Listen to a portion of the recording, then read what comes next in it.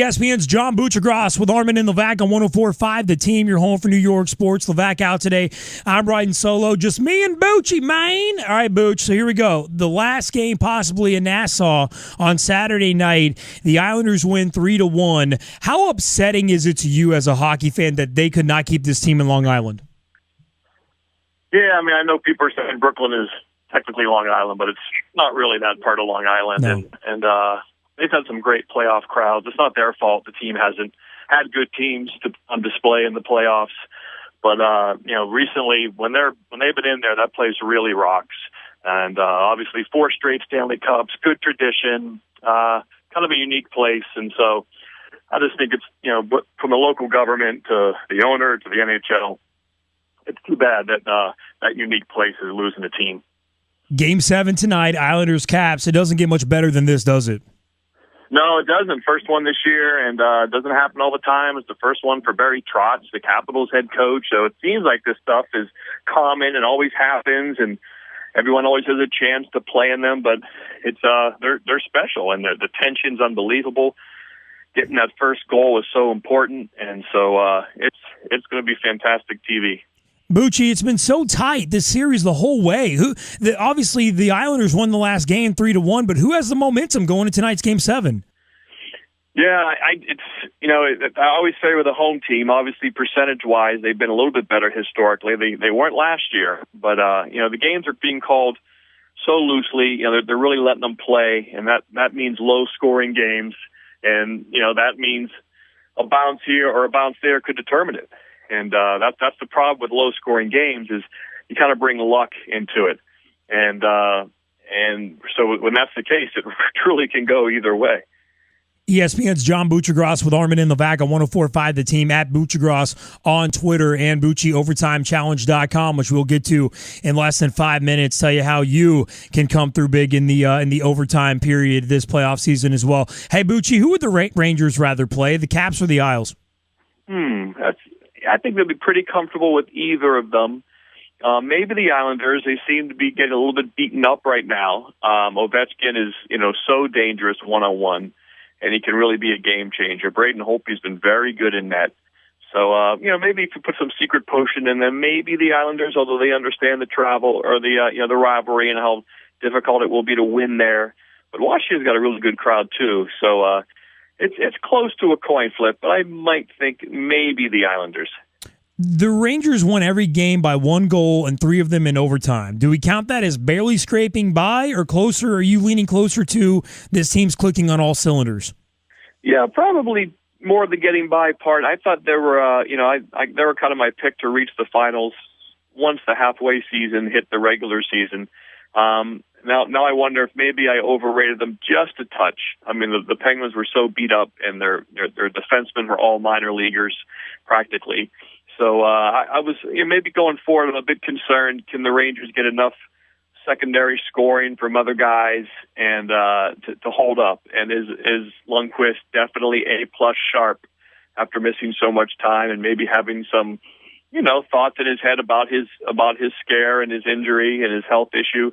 So, I'm a little concerned if I'm a Ranger fan. But, hey, a win's a win. It's hard to win series in 5 games, and it's hard to beat a team 4 out of 5 times that makes the playoffs. So that's, you definitely got to feel good from that standpoint. John Buccigross with Armen and Levack on 104.5 The Team, your home for New York sports. Levack's out today. Bucci, how big is the time off for the Rangers? You mentioned Lundqvist's injury earlier in the year. They have some other guys banged up as well. This time of year in the NHL season, how big is having a couple extra days off?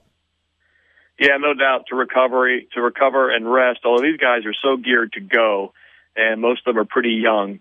But, maybe the rest is overrated a bit. But certainly, a day or two to recover and get your body back in tune and kind of reset the next opponent and get ready to go is always just the fresh start of a new opponent after playing the same people is probably enough of a help.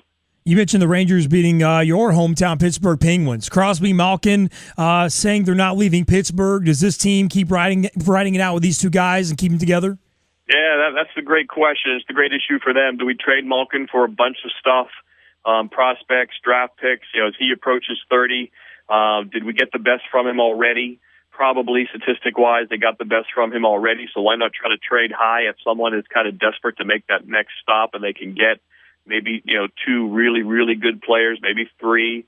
Like I said, a number one, a top three forward, whether it be a winger or somebody to play with Crosby. So they definitely have options in that regard with him. Of course, everyone has a no-trade clause in their contract, but they usually work with them to go where they want to go. So it's a delicate thing to do because of the no movement clauses. You have to kind of involve the player and the agent. And that makes it kind of iffy and tough to deal with from a bargaining and a leverage standpoint. But it's certainly something they have to entertain. Yeah, it's definitely a storyline to keep an eye on this offseason. John Buccigross with Armen Levack. All right, Bucci, so based off the first round, obviously the majority of the games in the round, the games in the first round are complete. Right now, who is really getting your eye to go to the Stanley Cup Finals and to win this thing overall? It's so, like before the playoffs started, I thought, the Rangers were certainly the team in the Eastern Conference, head and shoulders above everybody else. The West was so difficult. I really did like the Blues because of their secondary scoring, but man, they ran into a red-hot Minnesota Wild team who got scorching hot down the stretch and certainly has the red-hot goalie and the superstars and Zach Parise to get it done. The Blackhawks, their forwards are playing really good. They have an issue in net.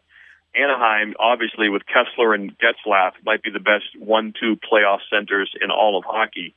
So, you'd probably have to give right now the Ducks a bit of an edge because they haven't burned much fuel. I mentioned they're loaded up the middle, and some of their athletic wingers, like Emerson Edom's amazing goal, are really starting to come to the forefront. So, Ducks Rangers, we could be looking at that. Oh, SportsCenter host John Buccigross with Armen Levack on the team, at Buccigross on Twitter. Bucci, how great is baseball? I mean, obviously, we're a little biased here on your home for New York sports, but when the Yankees and Mets are so good, are as good as they are right now, and how better is that, or how good is that for the game of baseball when you have a Subway Series that's as competitive as it was this weekend? Yeah, it's good for New York. I don't think the rest of the nation cares, but certainly it's good for New York. Like an Islander Rangers series would get the New York media involved. Of course, the media is going to be involved anyway with baseball, but certainly for hockey, it's nice. It would be good because you get maybe some non-hockey people writing columns, going to games, so that helps hockey. But yeah, for the baseball in New York, I think it helps a lot. There still seems to be a little more kind of magic or a little more energy around the Mets than the Yankees. The Yankees, with the A-Rod thing, makes it awkward. There's no real stars. I just felt like it's not an exciting team yet for them to get around. There's just the atmosphere seemed kind of down last night in the ballpark. Maybe that'll change as they go along, but they don't seem to quite have that guy they can really latch on to emotionally. Brett Gardner, a little slappy leadoff hitter, occasionally home run. I don't know if that's the guy. The bullpen's awesome, but the Mets seem to have kind of a little more of a real. The fans are really, really excited as opposed to the Yankee fans. You mentioned the awkwardness of A-Rod. Should the Yankees be fighting A-Rod's contract bonuses on the home run milestones, during the season the way that they are? Yeah, it seems strange. They probably could do it a little more quietly. They don't, I don't know if there's any specific language on how they market it outside of the money, but it is so awkward. It's so counterproductive, like you said, to do that. You would think, but they seem to reach a point in the relationship, and the other players seem to reach an understanding of the relationship that it's not really going to bother them that much, I think. John Buccigross with Armen Levack, 104.5 The Team. Bucci, Kevin Love dislocated his shoulder in Game 4 yesterday. He says it was a Bush League play by Kelly Olynyk. When you watched that play, was that Bush League?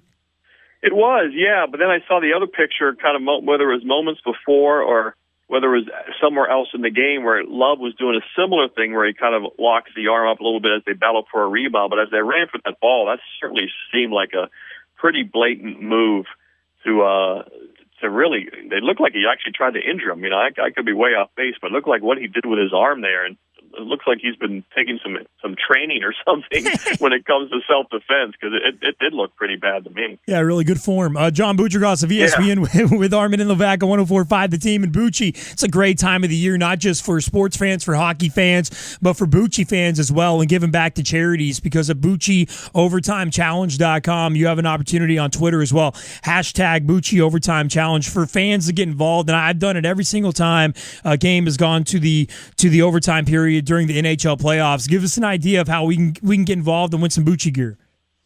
Yeah, obviously it's on Twitter. My handle is @Buccigross, and when a game goes to overtime, you simply tweet at me, use the @Buccigross, and then pick one guy in each team, and use the hashtag Bucci Overtime Challenge. And from all the winners of people who are right, then I picked usually about 10 to win a T-shirt. And then you mentioned the website where you can buy stuff as well, and I give all to charity. And it's just a fun game. So many people play now; it's tough to win. So people get upset when they don't win. We get like 16,000 mentions a night when a game goes to overtime. So if I've only given out 10 winners, you can see it's kind of scratch ticket odds. So people get upset when they lose, but they get pretty excited when they win. So it's been a good way to raise money and kind of an interactive way on Twitter. It's fun, it's easy, it's simple, it's low level gambling. So it's a lot of work this time of year, but it's nice to write those checks to charities on July 1st. Yeah, it's awesome. How much has this thing taken off in the last few years? Yeah, it really has. You get people involved. Bauer gets involved with me, the hockey equipment company, and other people want to get involved because it is, obviously the charitable. It's simple. It's easy. It's fun. Your team doesn't have to be playing to watch it, and just kind of gives you a guy to root for in the overtime. And as you know, nothing's better than playoff overtime hockey. So that's what helps the game is the greatness of the sport itself. And Booch, I couldn't help but notice the new tanks you guys have available. You got some pipes, man. You're on that Tiger Woods fitness program, dude. I'm carrying Chris Berman's stuff back and forth from his office so much that it's been good for fitness. Yeah, you keep having to take it back. I'm sure that joke has never been used. Right. Yeah, John Buccigross of ESPN @Buccigross on Twitter. Bucci, as always, man, always appreciate you joining us, especially this time of year. It's the time to shine, man. So thank you so much, and enjoy the Game 7 tonight, baby. You got it, man. Thanks, Booch.